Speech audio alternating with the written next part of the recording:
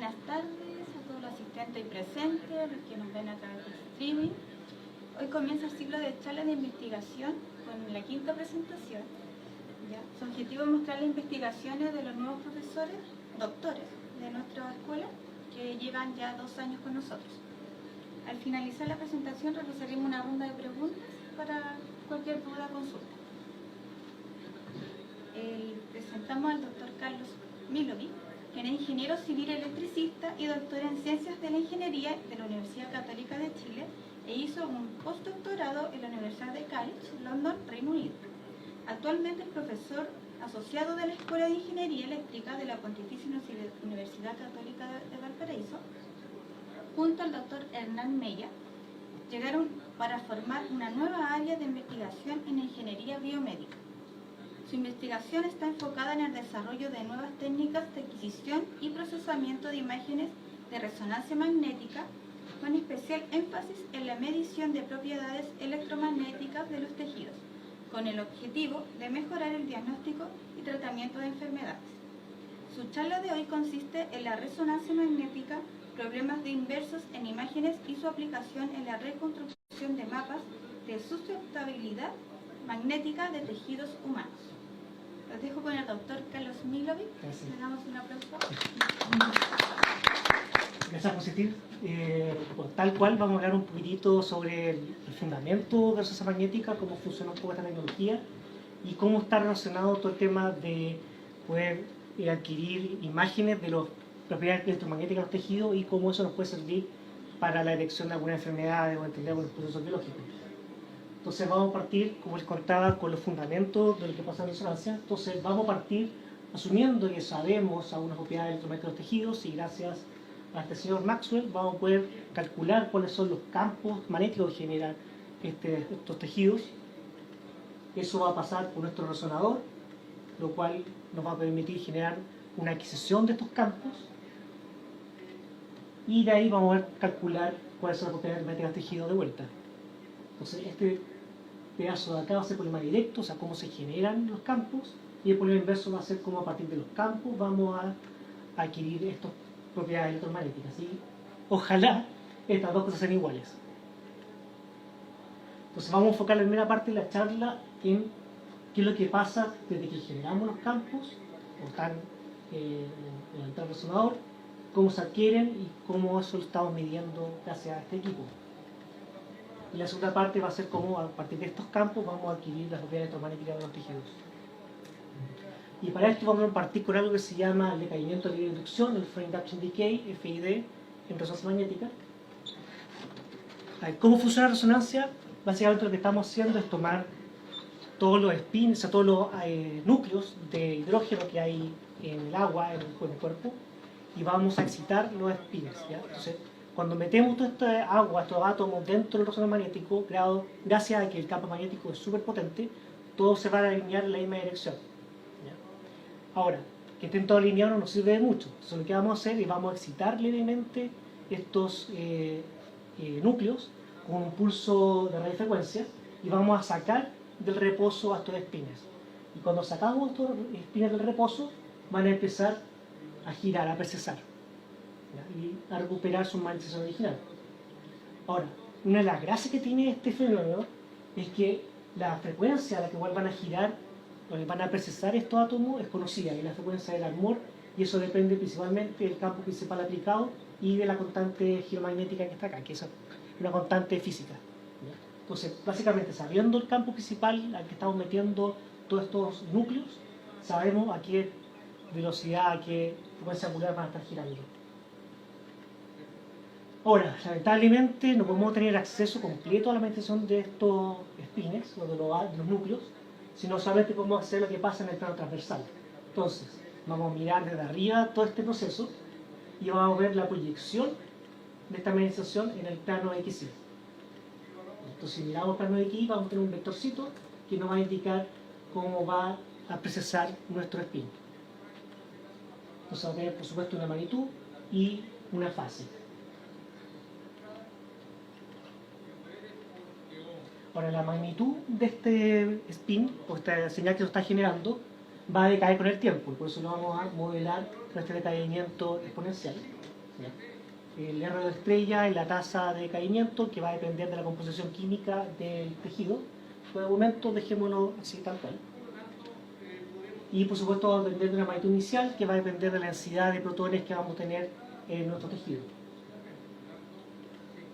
Y el tiempo por supuesto va a ser dependiendo del tiempo en que estamos excitando. Todo esto lo sacamos de la condición montante y eso es el pulso de radiofrecuencia que les contaba. Ahora, la fase de este señal va a tener una fase inicial de fase y una parte que va a depender del tiempo. Y esta fase que depende del tiempo, por supuesto, depende de la característica magnética y del campo que estamos aplicando. Entonces, básicamente lo que vamos a tener una relación en el tiempo en el cual tenemos una pendiente que depende del campo magnético y una fase inicial que nos mueve toda esta curva. Ahora, lo que podemos hacer también es reescribir esto, ya que es algo que está oscilando, como un fasor, y usar todo en real imaginario en vez de XY para que sea más fácil escribirlo. Y ahí nuevamente nuestras variables pueden ser recompuestas en una sola variable compleja de esta forma. ¿Ya? Entonces, la fase se ve metida acá, en la parte que va oscilando, y la magnitud va modulando todo este número complejo. Entonces esta va a ser nuestra señal de decaimiento compleja que se nos va a generar. Ahora, ¿cómo obtenemos imágenes de todo esto? Y en resonancia magnética hay un montón de tipos de secuencias, cómo se van adquiriendo los datos, y una de ellas es la que se llama gain echo. Básicamente lo que hacemos en gain echo es poner una bobina, a este lado acá, al lado derecho, por ejemplo, de la señal, y vamos a ver qué es lo que está pasando solamente en este eje. No tenemos acceso a todo el vector. Entonces lo que vamos a estar viendo en esta bobina, que se va a inducir una corriente, va a ser una señal como esta de acá. ¿Ya? Entonces, como está oscilando esto, crea este patrón sinusoidal. Ahora, nosotros tenemos acceso también a unas bobinas que permiten generar señales y también grabar, y con eso logramos modificar un poco cómo se va a generar este tipo de frecuencia. Entonces lo que vamos a hacer es generar un gradiente en el eje X en este caso, que nos va a matar un poco la señal, en este caso acá, y la va a reenfocar nuevamente. Entonces lo que va a pasar es algo como esto, y se genera un pic donde se reenfoca la señal. Y esto es lo que se llama el eco del gradiente, ¿ya? Porque estamos generando un gradiente en la señal y genera un eco que es el que vamos a adquirir. Ahora, si es que nosotros somos capaces de generar este eco de gradiente para todos los puntos del espacio, podemos adquirir este mapa 3D de todos los tejidos. Ahora, en la práctica eso no es lo que hacemos, o sea, de forma más inteligente. De hecho, en realidad esto corresponde a una línea del espacio de frecuencia, entonces hay forma más inteligente de hacerlo, por eso yo creo que Hernán lo mostró en la charla pasada, o lo va a hablar mejor en la charla que viene, así que vamos a saltar eso y imaginemos ya que tenemos todo adquirido y tenemos una señal en 3 dimensiones para todo el espacio, donde tenemos la magnitud inicial, tenemos este decaimiento que depende del tiempo de eco, desde el tiempo que se generó la radiofrecuencia, y tenemos una fase de la señal compleja. Entonces, la magnitud va a generar un mapa, como que está acá, y una fase, como la que se ve acá. Eso es lo que vamos a tener del resonador magnético después de procesar un poco los datos. Ahora, lamentablemente, si nosotros hacemos adquisición para un solo tiempo de eco, vamos a tener un punto. Entonces, ¿cómo calculamos cuál es el V y cuál es el Φ0? En realidad no tenemos idea, porque puede ser cualquier fiteo.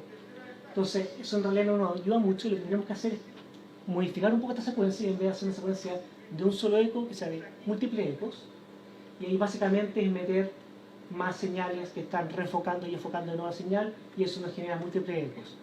Entonces ahí en vez de tener solamente una sola imagen, vamos a tener una imagen para cada eco, y ahí nos va a mostrar la evolución temporal de la señal. Entonces, volviendo a nuestro fiteo que estábamos haciendo, en vez de tener solamente un punto, vamos a tener 3 puntos, y con eso ya podemos fitear una recta como corresponde y obtener los parámetros Φ0 y D, donde el Φ0 va a depender mucho de las propiedades eléctricas de los tejidos, y esto lo vamos a dejar hasta ahí nomás, no voy a hablar mucho de estas propiedades, donde sí nos vamos a meter ahora en el B con las propiedades magnéticas de los tejidos. Entonces, tenemos estas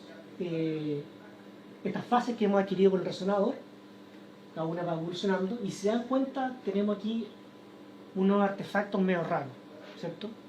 Ahora, como estamos midiendo una fase de un número complejo, lo que estamos viendo en realidad es un ángulo que va entre menos pi y pi, o menos 180, o sea, menos 90 más 90, o no, menos 180 y más 80. Pero el campo que hay detrás es continuo, ¿no? Con estos saltos de la fase. Y a estos tipos de artefactos se le llaman aliasing de 2pi o fase enrollada, que en inglés es wrapping. Y lo que pasa en realidad es que, como estamos calculando el ángulo, hay una incertidumbre de 2pi, en cuál es el ángulo que corresponde. Entonces lo que tenemos que hacer es mover todos estos datos que estamos adquiriendo para poder desenrollar la fase. Y esos son los algoritmos de unwrapping.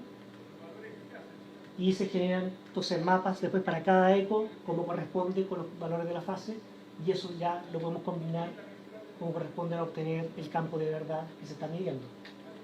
Entonces ahora volvamos, ya tenemos una estimación más o menos correcta de cuáles son los campos que estamos midiendo, y damos la parte de reconstrucción, que es obtener las propiedades magnéticas, en este caso de los tejidos. Y nos vamos a centrar específicamente en la susceptibilidad magnética. Y ese problema se llama QSM en la literatura, que es mapeo de susceptibilidad cuantitativa o quantitative sensitivity mapping. Entonces lo que vamos a tener acá es la fase, como les contaba, y si uno ya empieza a mirar un poco la fase, se da cuenta que ya hay unos detalles anatómicos que se empiezan a ver debajo de esta señal, y son súper consistentes con la anatomía que tenemos por la histología. Pero también tenemos este tipo de distribuciones que están apareciendo cerca de los senos nasales, también más abajo se ven otras contribuciones, y eso tiene que ver con las interfaces entre el tejido y el aire, y eso nos genera un montón de problemas de campos de fondo que nos están generando. ¿Y cuál es el problema acá? Es que si nosotros tenemos una región interés, que en este caso va a ser el cerebro, por ejemplo, entonces queremos calcular con la susceptibilidad magnética que hay en esta región, no es una región que está aislada en el espacio y que es incoherente con todo el resto. Los campos que generan estas fuentes de susceptibilidad locales deberían campos como este estilo, pero en realidad lo que estamos viendo es toda la contribución de susceptibilidad de todo el cuerpo humano, ¿ya? Y todas las interfaces que hay afuera también. Y ahora, si bien todo lo que tenemos dentro del cuerpo humano, sobre todo dentro del cerebro, son cosas que son con susceptibilidad muy pequeña, en torno a los 9 ppm con valores magnéticos, eso del agua, la proteína, la grasa, mira, todo está aproximadamente en torno a estos menos 9 ppm, y el aire, por otro lado, está en torno a los 0 ppm. Entonces este salto de casi 10 ppm es el que genera todo este tipo de distorsiones tan grandes, como la que vemos acá. ¿Ya? Y eso no distorsiona mucho la señal. Entonces lo que tenemos que hacer es tratar de aislar dentro de nuestro volumen de interés solamente las señales que nos interesan. Ahora, podríamos calcular ese campo si pudiéramos tener acceso a qué es lo que pasa afuera. Lamentablemente eso es súper difícil, ya que porque es muy caro o por otro lado porque es imposible por las características de la señal. En este caso, el aire no tiene núcleos de hidrógeno dando vuelta, prácticamente vacío, entonces no tenemos señal de resonancia magnética, entonces no tenemos acceso a la señal de lo que pasa donde el aire, entonces no sabemos realmente qué es lo que pasa fuera de nuestra región de interés. Entonces ahora el desafío va a ser cómo remover estos campos de fondo, y lo que podemos hacer como una primera aproximación es decir que la susceptibilidad magnética que existe en todo el universo está compuesto por las susceptibilidades que están internas en nuestra región de interés y lo que corresponde al background, que es lo que está afuera. Y podemos desacoplar eso y decir que no hay fuentes de background dentro y todas las fuentes de background están afuera. Entonces, adentro este chi vale 0 y esto solo tiene valores dentro. ¿Ya? Y eso nos va a generar unos campos que van a estar en todo el espacio, por supuesto, y se nos van a mezclar las fuentes internas con las externas en todas partes. Ahora, ¿cómo podemos tratar de remover estos campos? Vamos a tener que recurrir un poco a la física de acá. Y si asumimos que en un medio tenemos un gradiente de susceptibilidad igual a 0, o sea que es un medio constante, podemos suponer de que los campos magnéticos se van a propagar usando la bosón de onda. ¿Ya? Y como esto es un régimen estático, podemos echar nuestros términos acá y llegamos a que el laplaciano de los campos van a ser igual a 0, o sea, cumple con la ecuación de Laplace. Y ahora, esta condición de que el medio es uniforme, es constante dentro de una región, exactamente lo que estamos pidiendo que se cumpla para las fuentes externas, dentro de la región de interés. Entonces sabemos que los campos que van a generar estas fuentes dentro de nuestra región de interés tienen que cumplir con la ecuación de Laplace. Significa eso que los campos externos tienen que ser armónicos. Entonces, esa propiedad es la que vamos a explotar para poder desacoplar los campos internos de los campos externos. Entonces, tomemos nuestro campo total, el que tenemos acá, y de forma naive apliquemos el laplaciano, vamos a obtener algo como esto. Vamos a eliminar todos los campos externos haciendo una máscara, vamos a dejar solamente los campos internos, y después tomar nuestra forma inversa de Laplace, y eso ya no en teoría lo que son los campos internos. Ahora, esta es una forma súper naive de hacer el problema, y en realidad hay muchísimos algoritmos distintos para solucionar este problema, explotando propiedades distintas de los campos armónicos, no solamente este approach naive. Y aquí tenemos una pequeña comparación de un montón de métodos y tipo de errores que nos deja cada uno de ellos. O sea, ninguno de estos métodos es perfecto, todos tienen problemas, así que ahí tenemos una oportunidad de investigación súper interesante también para seguir desarrollando. Ahora, imaginemos por un momento que ya tenemos los campos desacoplados, tenemos los campos internos perfectamente listos. Entonces lo que estamos viendo en este campo son la manifestación local de todos los tejidos que estamos metiendo dentro del resonador, o los que nos interesan. Lo que tenemos que hacer ahora es una operación que se llama la inversión del dipolo. ¿A qué se refiere eso? Es que vamos a asumir de que todas las fuentes de sutilidad son pequeños dipolos magnéticos, que no interactúan entre sí porque son dipolos muy chiquititos. O sea, estamos en torno a los ppm, la sutilidad magnética del agua, de la proteína, etc. Y el campo magnético principal es del orden de 1,5 tesla, 3 tesla, 7 tesla. Entonces son varias órdenes de magnitud más grandes. Entonces este campo, comparado con los campos de meditación chicos, es mucho más grande, pero el campo principal. Entonces no van a interactuar estos dipolos. Entonces vamos a poder decir de que el campo de meditación que se está generando va a ser una convolución entre este dipolo y todas las fuentes sutiles que estamos teniendo. Entonces, esto es lo que estamos midiendo. Esto es una convolución en 3 dimensiones de lo que estamos haciendo.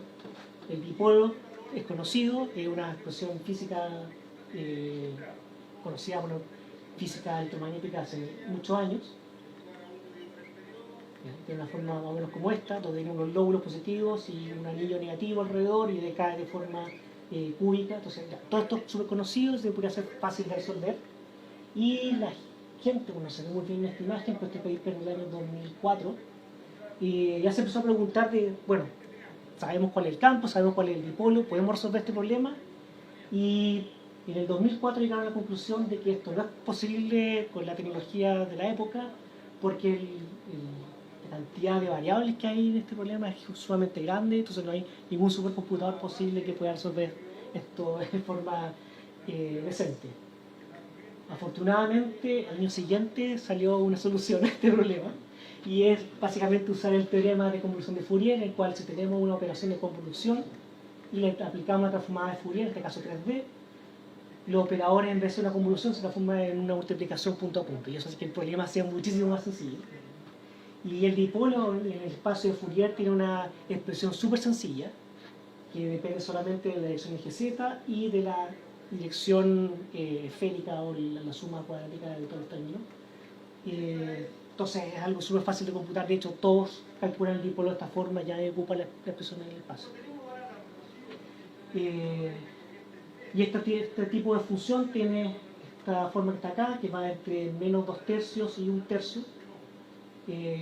Y tiene una peculiaridad súper importante que vamos a comenzar al tiro.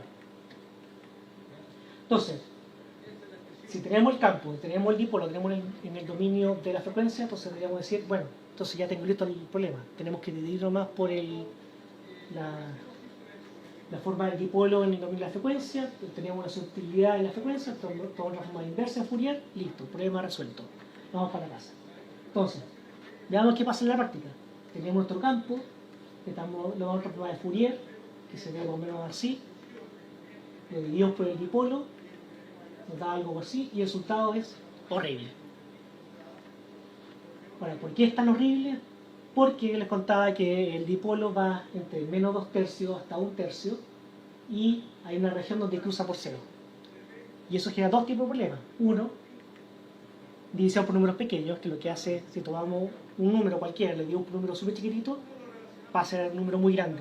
Y entonces va a generar una amplificación, sobre todo del ruido, lo cual nos va a generar este tipo de artefactos que vimos antes. Y bueno, ¿qué pasa si divididos por cero? Bueno, hay que llamar a Chuck Norris. Entonces lo que hay que hacer para resolver este problema es no hacerlo de forma directa, sino que hay que aplicar técnicas de memorización. Y una forma más sencilla es simplemente decir, bueno, esta zona de acá que tiene valor chiquitito, ignorámosla. Digamos que es cero, no hagamos nada en esa zona. Y hacemos una inversión truncada. Y eso fue propuesto por primera vez en el año 2009 por Karin Shmueli. Y eso da resultados ya bastante más recientes, y esta fue la primera vez que se logró reconstruir estructuras magnéticas de tejido humano. Antes de esto había hecho unas propuestas que sin regulación y todavía han fallado, nada funcionaba, pero esta fue la primera vez que empezó a funcionar. Pero, por supuesto, las reconstrucciones no son perfectas, todavía tienen mucho ruido, son muy inestables, entonces hay que empezar a hacer cosas un poquito más complicadas para poder resolver este tipo de problemas.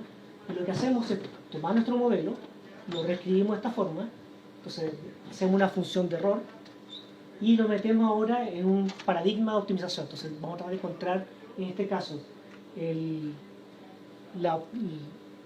la solución óptima según un criterio de mínimos cuadrados que nos minimiza, por supuesto, este término. Ahora, si tratamos de hacerlo lo bruto tal cual, vamos a llegar a la misma solución de antes, entonces no nos sirve mucho. Entonces tenemos que agregar algún término que nos va a penalizar el ruido o meter alguna información previa sobre la solución que tenemos. Y ese tipo de conocimiento previo o penalización del ruido puede ser de varias formas. Puede ser una organización de tipo Tychonoff, por ejemplo, que minimiza la energía de alguna de la función. Puede promover rareza de las señales de algún dominio. O puede ser, por ejemplo, la versión total generalizada, cualquier otra cosa. Y esto da pie a lo que se llaman los algoritmos iterativos, que van resolviendo todo esto con descenso de gradiente, o ADM, o un montón de otro tipo de formas. Y ese es el estado del arte. Uno de los algoritmos más populares, más exitosos en ese sentido, es el que se llama Morphology Enabled Dipole Inversion, que básicamente es una reconstrucción con versión total, es decir, vamos a minimizar los gradientes de una imagen. En el fondo, decir que las imágenes son constantes a pedazos. Es como imaginar que tenemos una alfombra compuesta por retazos. Entonces cada retazo en sí mismo va a ser plano, va a tener un color distinto, pero tenemos bordes muy bien definidos. Y eso es un concepto previo que se conoce súper bien en el mundo de procesamiento de imágenes y se aplica a un montón de problemas y funciona súper bien. Ahora, ¿cuál es la novedad de este algoritmo? Es que impone que esta condición debe cumplirse solamente en ciertas regiones que son derivadas de la imagen de magnitud, entonces tenemos un conocimiento previo de dónde están los bordes y dónde no. Entonces, teniendo nuestro campo, teniendo este conocimiento previo a partir de la magnitud, se estima la sensibilidad magnética con este algoritmo. Entonces, este es el resultado que da MEDI, que fue propuesto el año 2012 por Tian Liu. Bueno, una extensión que hice yo el año 2019 de este tipo de algoritmo es incorporar también los campos externos, en este caso los remanentes que estamos generando, porque nuestros algoritmos no son tan precisos para generar los campos armónicos. Entonces meto también dentro funcional los campos armónicos y metemos una restricción de que la placidad de estos campos tiene que ser cero, que fue lo que encontramos gracias a la ecuación de Maxwell. Entonces queda la comparación con las reconstrucciones normales, que son horizontal, donde hay una variación bastante importante de cierta región anatómica del cerebro, mientras que con armónicos débiles disminuyen muchísimo más y aumentan todas las métricas de calidad de las reconstrucciones. Y por supuesto también tenemos una estimación de cuáles son estos campos armónicos que se están generando. Ahora, el estado del arte actual también está metiendo inteligencia artificial para encontrar soluciones. Entonces lo que vamos a hacer es construir una red que puede ingresar los campos y obtener las utilidades. Y para eso hay gente que ha hecho entrenamiento con datos simulados. Entonces, por ejemplo, genera mapas de sistema métrica con figura geométrica o lo que sea, le aplica el modelo forward, obtiene sus campos y eso lo metemos dentro del entrenamiento de nuestra red y se obtienen resultados bastante razonables como esto de acá. ¿Ya? Ahora, un paso más allá, perdón, antes de pasar aquí. Ahora, estas imágenes se ven súper bonitas, súper buenas, Pero el problema está que todavía no tenemos mucho control sobre cómo alucinan cosas en las redes. Entonces, la precisión de estos datos todavía no se ha verificado bien. O sea, es muy probable que se vea bonito, pero en realidad los detalles no sean exactamente lo correspondiente a los detalles anatómicos. Entonces, para aplicaciones clínicas todavía están dudas si se pueden usar estas cosas. Entonces, el paso más allá es tratar de imponer una consistencia entre lo que estamos viendo y lo que está generando, y no aprender todo el proceso, porque en realidad la física del proceso la conocemos bastante bien. No tenemos para qué pedirle a la red que aprenda la física, sino que aprenda solamente cómo restringir el problema, cómo regularizarlo. Y eso es el tipo de este paso más allá que estaba contando, que es aprender solamente cómo regularizar el problema. Y eso ya hay algunas redes que se están usando, redes racionales, redes proximales y redes basadas en modelos. Un ejemplo es este Bandy que está aquí en el medio, que lo que hace es solamente aprender este paso y hace un sistema iterativo en que va aproximando la solución hacia los datos adquiridos y después lo va suavizando o regularizando hacia la red. Entonces va haciendo un ping-pong entre los dos lados y con eso llega a una solución que es más correcta.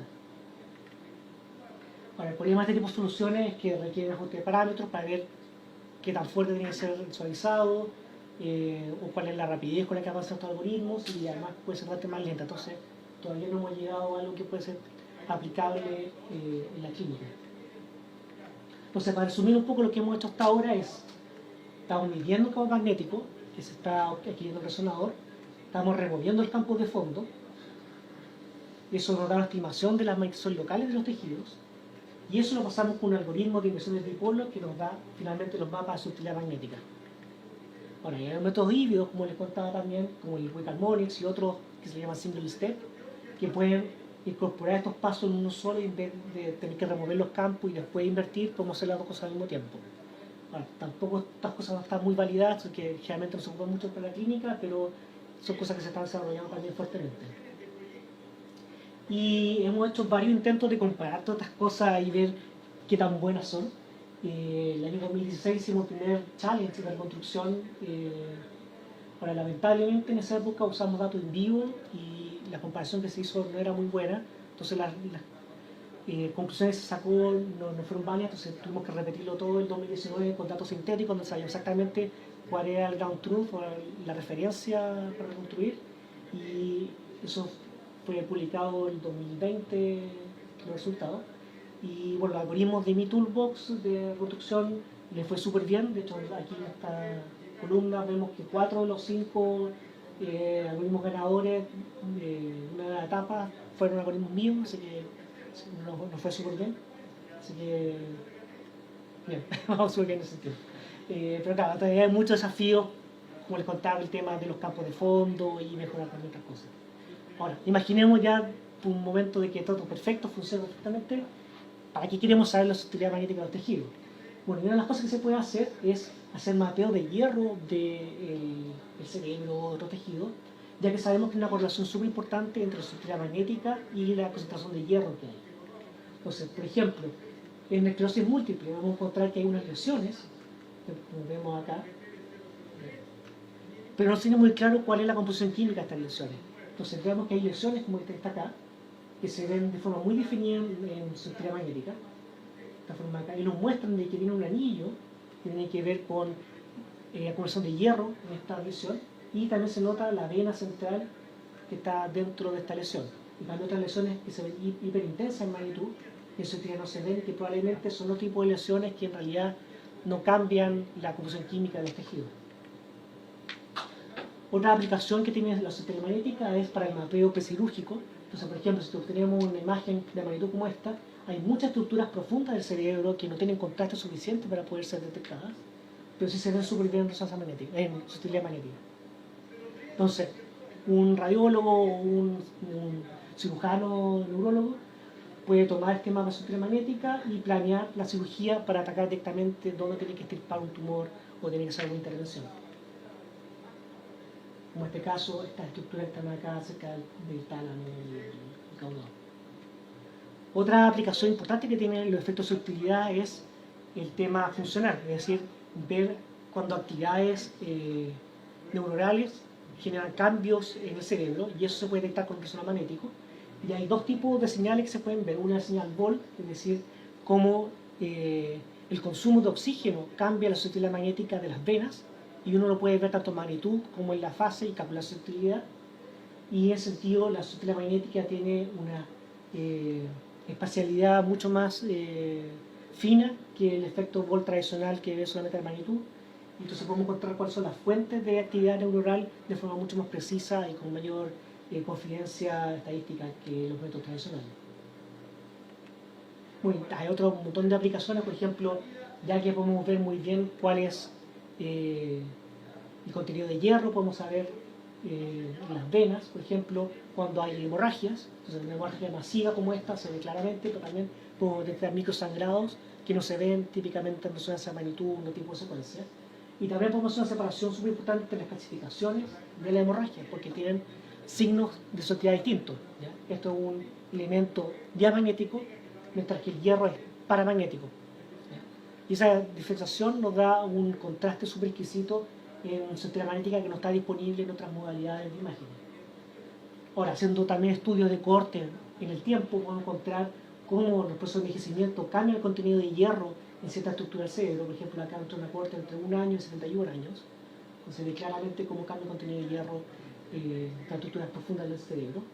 Y a modo más fino también podemos calcular cuáles son los niveles de oxigenación de la sangre, porque eso también nos cambia la susceptibilidad magnética de la sangre, ¿ya? Entre la nitroglicerina y la dióxido de nitroglina. Entonces, como les contaba, este tiene un montón de problemas para atacar y un montón de cosas que se pueden hacer, lo cual nos genera también muchas oportunidades de investigación.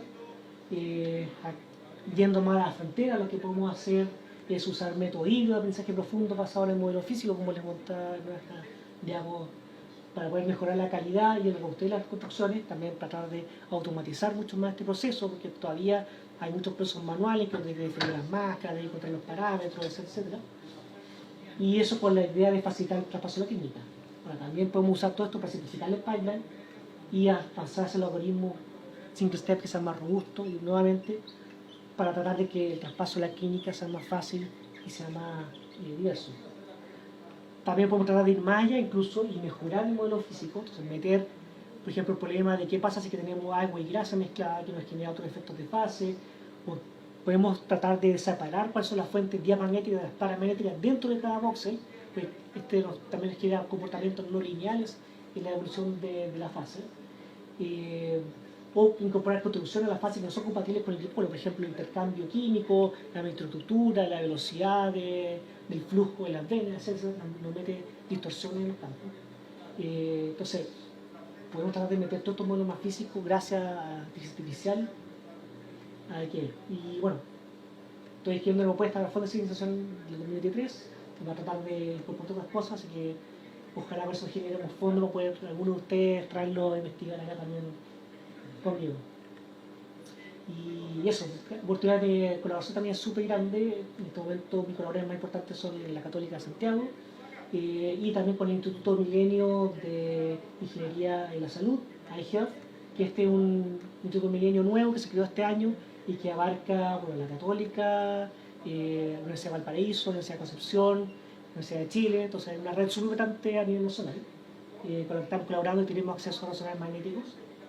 Y mi red personal de colaboración va con Austria, con la Universidad América de Graz, también con University College en London, en Reino Unido, con el grupo de análisis de imágenes en Cambridge también, y bueno, con toda la comunidad de resonancia magnética internacional. Entonces, oportunidad de hacer pasantías y viajar y tener conferencias también es súper importante acá y una cosa interesante de la resonancia magnética.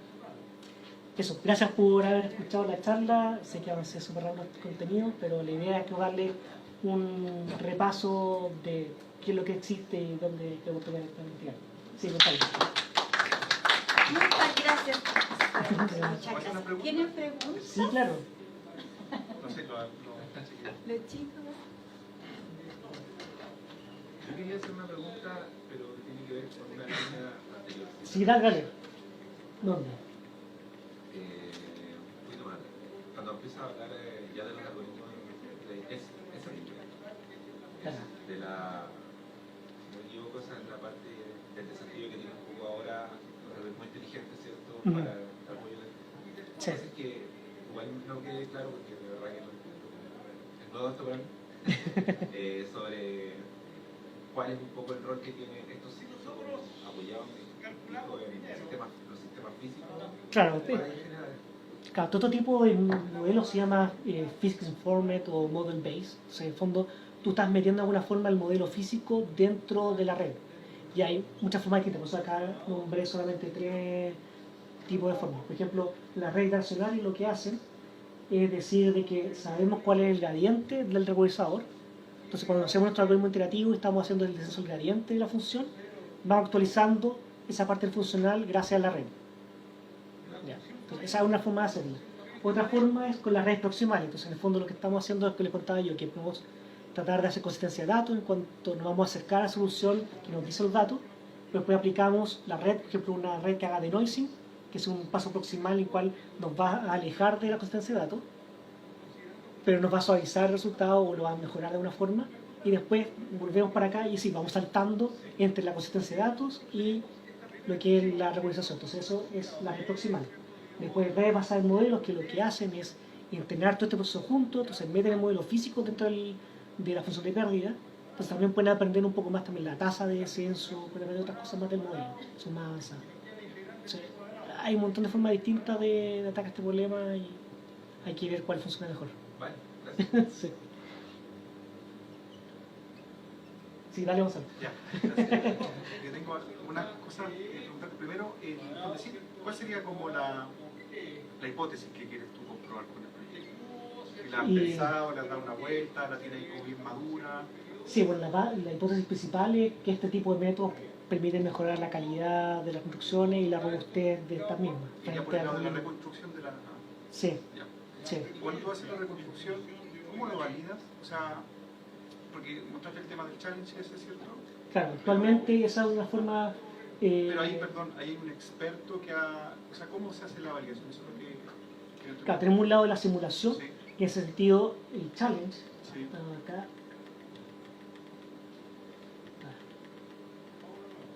más adelante. Ahí está. Entonces el challenge lo que hace es generar un ground truth de estructura magnética, pero además tenemos... Pero eso, perdón, es porque alguien ha mirado y ha visto cómo debería ser la reconstrucción. Eso Sí y no, voy a partir más atrás. Lo que hicimos para este challenge es adquirir datos con un resonador de 7 Tesla. Lo adquirimos a muy alta resolución, a 0,6 milímetros isotrópico, y le trajimos todos los parámetros físicos, le trajimos la subtilidad, bla bla bla, todas las cosas, la tasa de decaimiento de R2 de estrella, R1, todos los parámetros físicos que podemos encontrar. Eso con apoyo de expertos, digamos. O sea, con los algoritmos, sí, bueno, éramos también expertos. Pero validado por expertos. Claro. Después todos estos mapas se segmentaron según la estructura, se definieron creo que 17 estructuras significativas y para los mapas de subtilidad se le asignó valores de acuerdo con la literatura. Entonces sabemos cuáles son más o menos los valores de subtilidad, por ejemplo, el caudado, del putano, bla, bla, bla, entonces se le asignó valores constantes a esas zonas. Y ahora, gracias a los mapas de R1 y R2, que son mucho más confiables, no son tan no locales, porque un problema de subtilidad es que lo que estamos viendo el resonador son los campos, y los campos lamentablemente son no locales, o sea, se propagan por todo el espacio. ¿Ya? Y las fuentes de subtilidad son locales, o sea, dependen punto a punto. Ahora, los mapas R1 y R2 también son mucho más locales, que son, también dependen un poquito de los vecinos, pero no son tan no locales como la subtilidad. Entonces, es mucho más fácil asignar valores en R1 y R2 que no sean tan locos. Entonces, esos mapas se dejaron tal cual, se suavizaron un poco para reducir un poco de ruido, pero no se tocaron mucho. Pero sí se generó un mapa sintético de subtilidad y se usó la textura de los mapas R1 y R2 para meterle textura realística a la subtilidad. Entonces, con eso se generó un mapa que es más o menos parecido al que vemos acá, que es realista de subtilidad como referencia. Después, tomando todos estos mapas cuantitativos, se volvió a generar una imagen sintética simulando todo el proceso de adquisición del resonador. Entonces se simuló la adquisición de Gradient Echo. Entonces al final lo que le pasamos a la gente no fue el campo local, sino que le pasamos la secuencia Gradient Echo simulada. Y además se subsamplió a 1 milímetro en vez de 0,6, entonces con eso también se metió efectos de fase intravoxel y otro tipo de problemas que hay en la práctica. Entonces se hizo una simulación lo más realista posible, tratando de saber toda la física que hay por debajo y todas las propiedades físicas de los tejidos. Y luego con la métrica para comparar que también estaba un algoritmo u otro? Sí, no tengo esta diapositiva, pero las mejores conclusiones están en torno a los 28%, 30% de error. RMSE, normalizado por la norma de sostenibilidad. Entonces, claro, todavía hay mucho espacio para seguir mejorando en ese sentido. Típicamente los algoritmos de Deep Learning estaban en torno al 50% de error, los iterativos, los mejores, en torno al 30%, entonces hay un gap más o menos grande ahí que esto nos lleva a decir de que hay algo raro que está pasando con los mapas de Deep Learning porque se ven súper bonitos, pero no hay un match completo con los datos. Sí, bueno, también calculamos un montón de paramétricas, la similitud estructural, el concepto de correlación, ¿verdad? Pero todas correlacionan súper bien, así que al final solamente usamos el RMC en este caso. Entonces, hoy en día este es nuestro gold standard para comparar los algoritmos, pero también tenemos que hacer comparaciones con datos en vivo, por supuesto. Y una de las comparaciones típicas que se hace es, que nos lo mostré en estas diapositivas, es que si uno gira la muestra o el cerebro, lo que sea, tú puedes mover el dipolo y hacer que estos ceros caigan en partes distintas. Entonces uno puede ampliar estas partes que faltan y obtener el mapa completo para hacer la inversión. Si conoce el ángulo. Claro, entonces en vez de hacer una adquisición tienes que tomar 6, 10, 12 adquisiciones para poder promediar las otras cosas. Eso tiene dos problemas. Uno es que si una adquisición normal se mueve 5 minutos, tomar 10 adquisiciones son 50 minutos y eso ya no es entretenido. Luego, si tienes un paciente con Parkinson, lo que sea, se va a estar moviendo y obviamente no puedes pedirle que se quede quieto haciendo así 5 minutos. Entonces la clínica no es aplicable a este tipo de técnica. El otro problema grande que tiene es que la estructura magnética, acá mostré como que es un escalar que es la fase de calcular, pero en la práctica es un tensor y depende de la orientación. Entonces, sobre todo en la materia blanca, que está dominada por la neurona y por los axones, está súper direccionada. Entonces, ahí cambia mucho el valor de la estructura magnética dependiendo del ángulo en que estamos midiendo.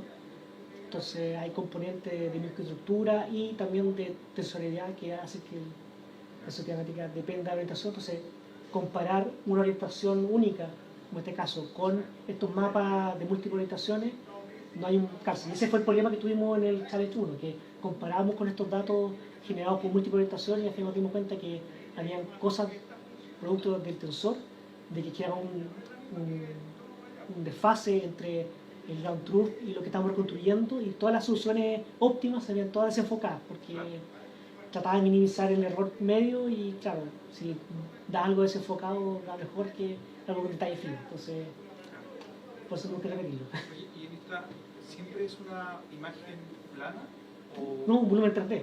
Ah, ya. Sí, ahí estoy mostrando, por ejemplo, 3 cortes. O sea, cuando tú haces la reconstrucción, haces una reconstrucción en 3D. Claro, y eso es un desafío. O sea, uno cuando está hablando de imágenes de resonancia que tienen 256 por 166 por 80 voxeles, como que suena que son volúmenes súper chicos, pero anda a contar la cantidad de voxeles que hay ahí. Es súper grande. Entonces ya cuando pasamos volúmenes, no sé, pues 512, 512, 512, eso ya no cabe en la memoria RAM del computador. Y la estructura, entonces ahí tú puedes meter información de la estructura, ¿no? Porque conocerás Claro. la estructura fisiológica, digamos, del cerebro, que puedes Sí. verificar si es que tu reconstrucción lo hace bien o no, ¿no? Sí, claro. Gracias. De nada. Oye, ¿hay fantomas que se puedan meter al resonador para poder medir susceptibilidad? Hay algunos fantomas, no los tengo acá, pero son súper simples. Generalmente son en base a gadolinio u otros fluidos. Entonces, tienes cilindros, básicamente viales, con mezclas distintas, y eso es tu phantom. Entonces, en la práctica hace años que nadie usa esas cosas porque son demasiado triviales. O sea, uno mete un procesador TV y lo sobregulariza y obtiene cuestiones perfectas porque es demasiado trivial. Ahora, hay gente que está trabajando en otro tipo de phantom más complejos, y de hecho en la Católica de Santiago se están haciendo experimentos con phantoms sólidos, en el cual imprimen con impresora 3D un molde, le echan silicona y la silicona la pueden dopar, y con eso van cambiando las propiedades electromagnéticas de los tejidos. Entonces, se puede hacer phantoms más complejos, pero eso todavía está en pañal y no se ha validado tampoco.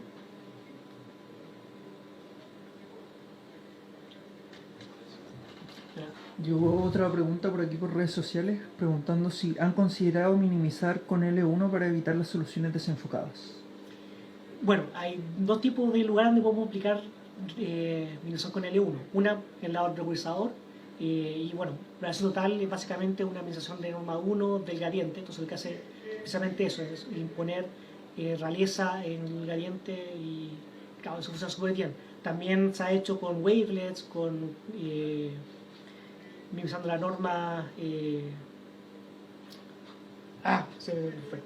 Pero sí, se ha hecho con un montón de normas distintas y también con transformaciones distintas, entonces sí, eso es algo que se ha explorado bastante.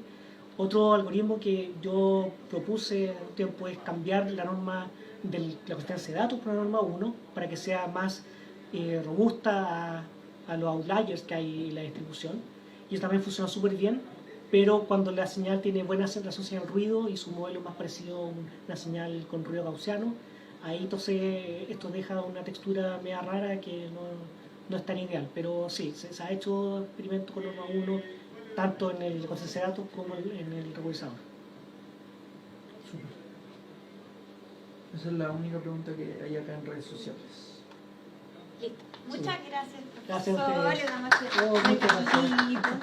gracias por la charla. Muy bueno. Lo dejo invitado para el próximo jueves, la próxima charla con el doctor Hernán Mella a las 12:20.